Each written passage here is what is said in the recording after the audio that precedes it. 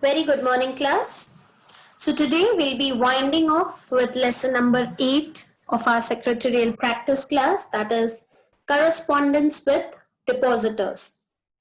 As you all know, we have already started with the specimen letters and saw how, under which circumstances, the secretary corresponds with the depositors. We have finished 3 specimen letters. The first one, thanking the depositors by showing faith and depositing their money with the company. Second, informing about the payment of interest by issuing interest warrant and electronic payment of interest. And yesterday we saw letter regarding renewal of deposits. Today we'll be focusing on the fourth type and the last type of the specimen letter of the syllabus. So this is your last chapter of business correspondence. And the topic that we are going to study today is letter regarding repayment of deposits on maturity. That means the deposits are going to mature and the company has to repay back. It's not compulsory that all the depositors will renew the deposits with the company. So let's have a look. But before that, our usual procedure, some revision questions based on the topic.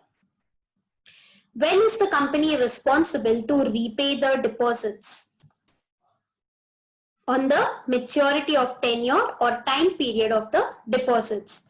So when the deposits mature, at that particular time, the company has to repay the depositors back their money. What happens if the company does not repay back the deposits or defaults in paying the deposits? So this is a very risky option. And in that case, defaulting in repayment may result in levy of penalty on the company. So this we have already studied in our previous chapter in deposits. As you must have seen, whenever the company accepts deposits, they appoint deposit trustees, correct? And then they also have to create charge on assets. If they are not able to repay, the deposit trustees can sell off those tangible assets and repay the depositors back their money. So all that procedure in detail we have covered in the previous chapter, so you can go through it. Okay. So starting with the fourth specimen letter, repayment of deposit. On maturity of tenure of deposit, it is binding on the company to repay the deposit. Default in repayment of deposit results in levy of penalty.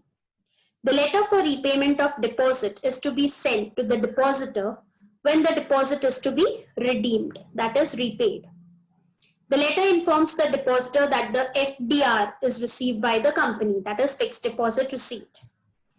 This letter also includes information about repayment of deposits such as tenure of deposit, the FDR number, the deposit amount, the rate of interest, maturity amount, TDS, that is tax deductible at source, net amount, due date of payment of deposits, etc. So let's have a look at the specimen letter of repayment of deposit. So example is given in your textbook. The name of the company is Dhara Oil Limited. The registered office is specified along with the CIN number of the company. On the left hand side, you have the phone and the fax details, and on the right side, the website and the email address of the company. After that, we write down the date, that is 13 November 2019. Then comes the reference number D/DEP/serial number 16/ the year 1920. So the name is given, Mr. Ravindra Khanna, and the address is given over here. After that, you have to write subject repayment of FD, that is fixed deposit.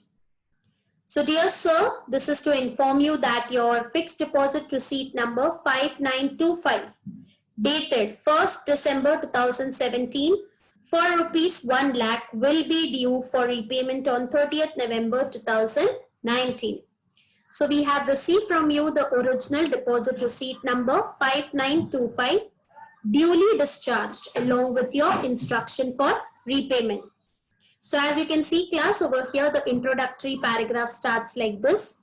This is to inform that your FDR receipt number, the receipt number dated 1st December 2017, Mr. Ravindra had deposited the money on 1st of December 2017, 2 years back.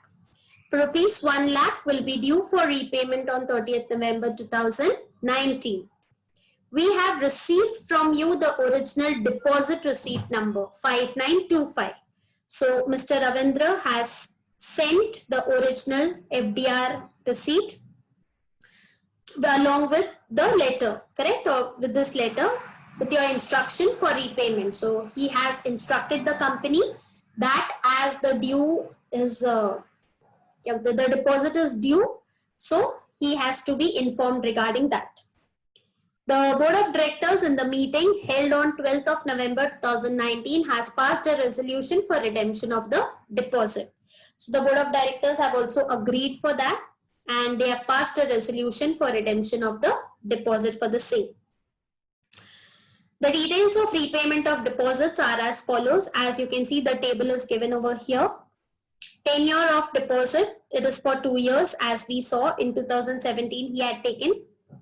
Fixed deposit receipt number FDR 5925. The deposit amount is 1 lakh rupees.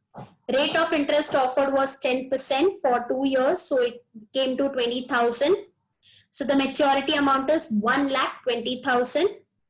TDS is deducted over here 10%. So 2,000, 1,20,000 is 10%. So around 2,000, sorry, the rate of interest was 10%, 20,000. So on the rate of interest, TDS 10% is deducted, so which comes to 2,000. All right. Similarly, the net amount, the final amount after deducting 1,20,000 minus 2,000 comes to 1,18,000. So this due date of deposit is 30th November 2019. So all the detail is given in brief over here. So in this letter, as you saw, the TDS is deducted 10%. Up till now, whatever letters we saw in that, it was not till the limit, correct? But over here, as the limit is crossing, so the TDS is deducted 10%. So please find enclosed here with a cross check of 1,18,000 bearing 426025 dated 30th November drawn on Bank of Maharashtra, the Shivaji Nagar, Pune branch 411005. So the company is sending the check, that is a cross check. So basically the check is safe. It cannot be encashed if it is lost also. So the cross check is being sent by the company to Mr. Ravindra Khanna. The check number has also been mentioned over here. So thanking you, yours faithfully, for Dhara Oil Limited, signed by Mr. Ashok Bhattar, the company secretary. The enclosure is check is being sent of the number 426025. So with this class, we are finishing off with our correspondence part of your syllabus. And with this, we finish off with the letter writing part and the last letter of your syllabus and the chapter as well. So I hope you all must have followed how does a secretary write letters and what is the proper format it has to be followed for writing the letters. So practice the letters 2 to 3 times. And if any doubt, please let me know on the comment section. And yes, a small request, if you like the videos, please share across and subscribe to my channel as well. So we stop here for today class. Take care, stay safe. Please keep studying and practicing. So thank you so much class for listening to me.